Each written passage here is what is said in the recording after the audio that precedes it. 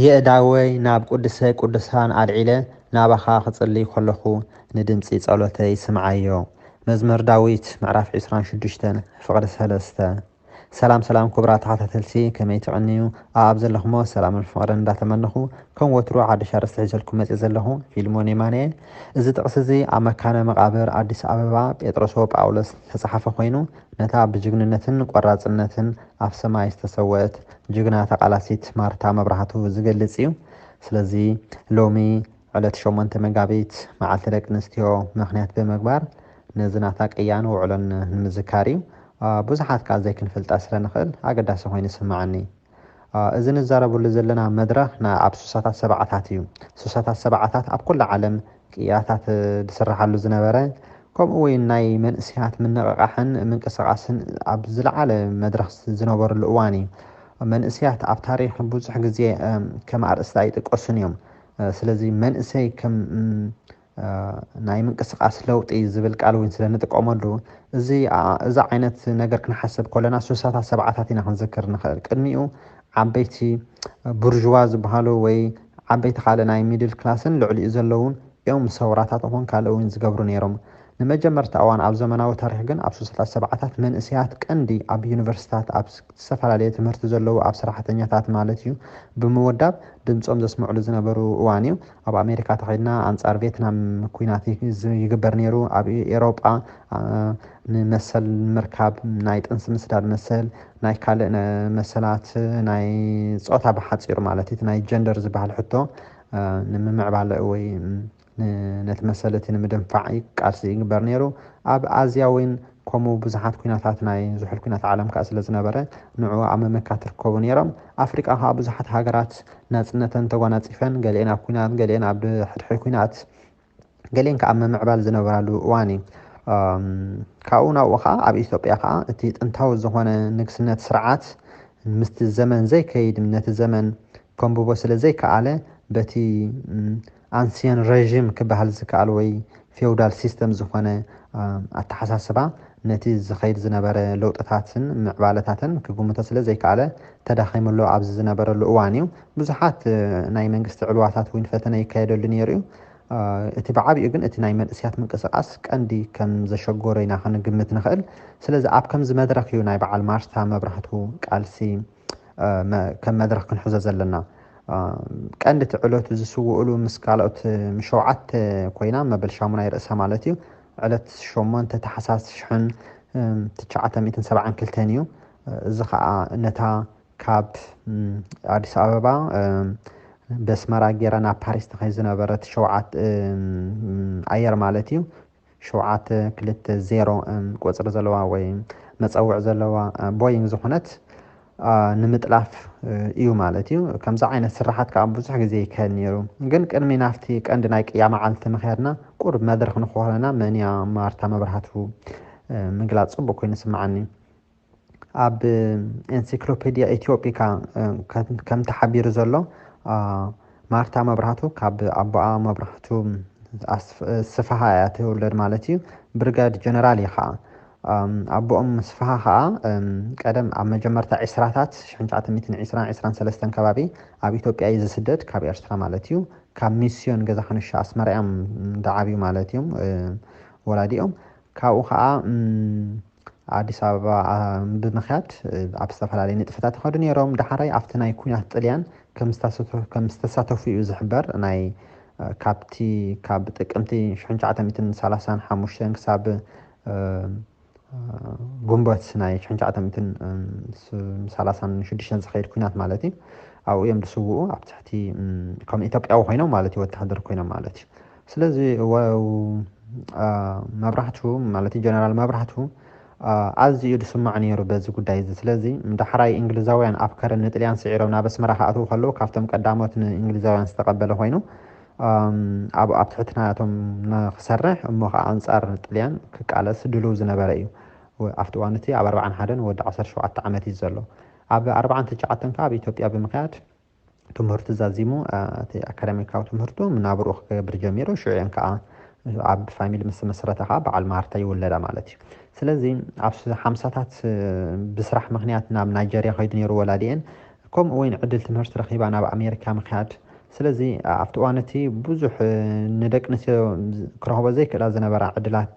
ዕድላት እያ ረኺባ ደቂ ኣንስትዮ ከዓ ኣብቲ እዋን እቲ ኣይኮነን ኣብ ፖለቲካዊ ዓውዲ ኣብ ካልእ መዳይ ከሳተፋ ሓሳበን ከማን ኣብ ግምት ኣይወሃቦን እዩ ነይሩ ስለዚ እቲ ቅያ ናይ ማርታ መብራህቲ እውን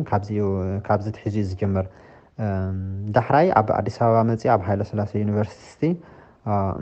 ኣብ ሜዲካል እያ ተኣቱ ስለምንታይ ብሕክምና እያ ትፈቱ ነይራ ስለዚ ኣብኡ እንዳተምሃረት ኮላ እያ ዓብሲ ናይ ምንቅስቃስ መንፈስ ናይ ማርክሲዝምን ናይ ሌኒኒዝምን ኣተሓሳስባ ተኣቱ ካብቲ መንእስያት ናይ ሱሳታት መወዳእታ ናይ ሰብዓታት መጀመርታ ዝብልዎ ዝነበሩ ከዓ እቲ ሜረት ንሓራስ እዩ ዝብል ማለት እዩ ዳሕራይ ደርጊ ከይተረፈ እውን ክጥቀመሉ ነዚ ጭርሖ ማለት እዩ ካብ መንእስያት ናይ ዩኒቨርሲቲ ሆን ናይ ማርክሲዝምን ሌኒኒዝም ዝመፅእ ኣተሓሳስባ እዩ እምበር ናይ ደርጊሲ ብወተሃደራት ሞካ ፍሉይ ትምህርቲ ዘይነበሮም ዝቆመ እዩ ነይሩ ስለዚ እቲ ፊሎዞፊ ፖለቲካል ፊሎዞፊ ናይቲ እዋን እቲ እዚ ምዃኑ ምግንዛብ ብፅቡቅ ኮይኑ ስማዓኒ እቲ ቅያ ዝሰርሕዎ ናይ ምፅዋይ ኣየር ማለት እዩ ናይ መጀመርቲኦም ኣይኮነን ኣብቲ እዋን እቲ ከም ሓደ ነቲ ስርዓት ናይ ሃይለ ስላሴ ኣብ ሽግር ንምእታው ማለት እዩ ኣብ ቅድሚ ዓለም ከተካፍኦ ንምድላይ ወይ ከዓ ድምፅኻ ንክስማዕ ንምግባር ዝጥቀምሉ ዝነበሩ እዩ ማለት እዩ ንሕና ኤርትራውያን ዘይንርስዖ ኣብ ብበዓል ዓሊ ሰይድ ዓብደላ ማለት እዩ መበል ሳልሳይ ርእሱ ኣብ ካራቺ ፓኪስታን ጭዋያ ዝገበሩሉ ወይ ዕንወ ዘውደቕሉ ንዝክሮ ኢና ማለት እዩ ኣብ 1969 ከምኡ እውን ካብ ባህር ዳር ናብ ጎንደር ትኸይን ዝነበረት በዓል ኣማኒኤል ዮሃንስ ኹን ከምኡ እውን ዮሃንስ ፈቃዱ ዘለዎ ጨውያ ብምግባር እውን ናብ ሊብያ ከም ዝትኸይድ ዝገበሩሉ ኣጋጣሚ ነይሩ ስለዚ እዚ ኩሉ እዚ ነቲ ቃልሲ ስም ንምሃብ ማለት እዩ ቀልጢፉ ህዝቢ ብኡ ከም ዝዛረብ ንምግባር ማለት እዩ ነይሩ እቲ ዕላማ ስለዚ እዚ ዓይነት ሜላታት ናይ ቃልሲ ዝግበረሉ ዝነበረ እዩ ክገርመና ዘለዎ ከዓ እዚኦም መንእስያት ንብሎም ዘለና ደቂ 18 ደቂ 19 ደቂ 20 ደቂ 21 እዮም ማለት እዩ ሎሚ ምናልባት መንእስያት እንታይ ክገብሩ ኣለዎም ዓበይቲ እንታይ ክምህርዎም ኣለዎም ገሌና ንብል ነርና ሽዑ ግን ንሳቶም ኣንጻር ኣቦታቶም እዮም ዝኸዱ ነይሮም ስለምንታይ ኣቦታቶም መብዛሕትኦም ግዜ ነቲ ንግስነት ወይ ነቲ ናይ ካህን ሲስተም ማለት እዩ ናይ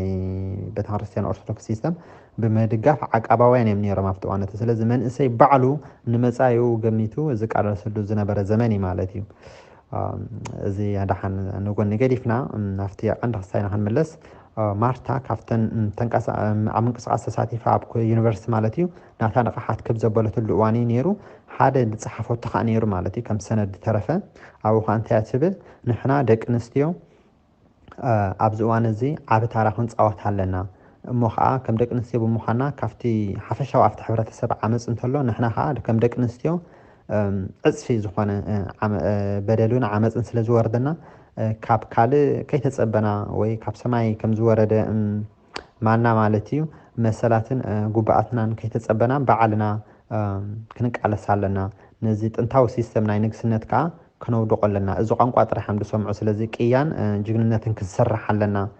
ኢላ ናይ ፌሚኒዝም ክንብሎ ንኽእል ማለት እዩ ናይ ደቂ ኣንስትዮ ቃልሲ ከምዚ ዓይነት ፅሕፈት ገይራ ማለት እዩ ስለዚ ትድነቕ ዝነበረት ሰብ እያ ማለት እዩ ካብቲ ዓብይ ምንቅስቃሳት ዝግበር ዝነበረ ኣብ ዩኒቨርሲቲ ከም ንፈልጦ እቲ ናይ ማርክሲዝም ሌኒኒዝም እዩ ማለት እዩ እዚ ከዓ እንታይ ዝብል ነይሩ ኩሉ ግዜ ካብቲ ፌውዳል ሲስተም ናፍቲ ሶሻል ሲስተም ምትሕልላፍ ማለት እዩ እዚ ከዓ እቲ ደስያዊ ስርዓት ንብሎ ዳሕራይ ደርጊ ወይ ብዘይ ውፅኢታዊ ክሰርሑ ዝፈተነ እዩ ማለት እዩ ኣብቲ እዋን እቲ ሃይለ ስላሴ ካልእ ፈተና ናይ ዕልዋ መንግስቲ እውን ኣጋጢሞ ነይሩ እዩ ቅድሚኡ እንተኾነ ግን ዕውት ኣይነበረን اتقالس جن أي تطوعي بلن أبز وان زحجي إثيوبيا وين هون إرتراوين بحنسا مالتي سلازي تمدرخ السيزرلو كم زعينة ميالاتات كختلو كافتي دمصኦም ንኽስማዕ ብዓለም ደረጃ ንኽፍለጡ ዝገበር ዝነበረ እዩ ነይሩ ካብቲ ሓደ ጠባይ ናይ ሌኒኒዝም ማርክሲዝም ከዓ እንታይ ነይሩ ቃልሲ ሓበራዊ ቃልሲ ዝብል እዩ ማለት ስለዚ ኣብ ኢትዮጵያ ሃሉ ኣብ ኣሜሪካ ሃሉ ኩሉ ግዜ እቲ ናይ ሰራሕተኛ ሕቶ ናይ ዝተዓመፀ ሕቶ ናይ ሓረስታይ ሕቶ ዝብል ከም ግሎባል ነገር ማለት እዩ ከም በዚ እዋን እዚ ዓውለማ ወይ ግሎባላይዜሽን ምበልናዮ ሽዑ እኳ ኢንተርኔት ኣይምበር ካልኣይ እምበር ዳ እምበር እቲ ምትእኽኻብ እቲ ኣይዲኦሎጂ ዝጥርንፈካ ዝነበረ ዓብይ ናይ ምትሕብባርን ናይ ሕውነትን ኩነታት እውን ይፈጥር ነይሩ እዩ ማለት እዩ ስለዚ ኣብ ቻይና ዘለዉ ተቃለስቲ ምስ ኣብ ኢትዮጵያ ዘለዉ ተቃለስቲ ምስ ኣብ ጣልያን ዘለዉ ናይ ኮሙኒስት ፓርቲ ናይ ደስያዋን ፓርቲታት ማለት እዩ ኣዝዮም እዮም ዝቀራረቡ ነይሮም ማለት እዩ ኣብዚ መድረክ እዚኡ ከዓ በዓል ማርታ መብራህቱ ኣማኑኤል ዮሃንስ ነዚ ናይ ስነዳን ሓላፊ ፖለቲካል ሓላፊ ኣብ ኤርትራ ዘመንፈስ ዘምህረት ሶሪ ዮሃንስ ሓዊ ምዃን እዩ እሱ እኳ ንኻልኣይ ግዜ እዩ ኣብ ጮያ ናይ ኣየር ዝሳተፍ ዘሎ ኮይኖም ነታ ብሸውዓተ ክልተ ዜሮ ትፍለጥ ኣየር ናይ ቦይንግ ዝኾነት ማለት እዩ ካብ ኣዲስ ኣበባ ብኣስመራ ኤርፖርት ጌራ ናብ ፓሪስ ትኸይድ ዝነበረት ንዓ ጨዊኻ ድምፂ ቃልሲ ናይቲ መንእሰይ ንምስማዕ ዝብል ዕላማ እዩ ነይርዎም ስለዚ እዚኦም ከዓ ኣብ ኣየር ስቀሉ ማለት እዩ 74 ኣስታት 74 ተሳፍሮ ሒዛ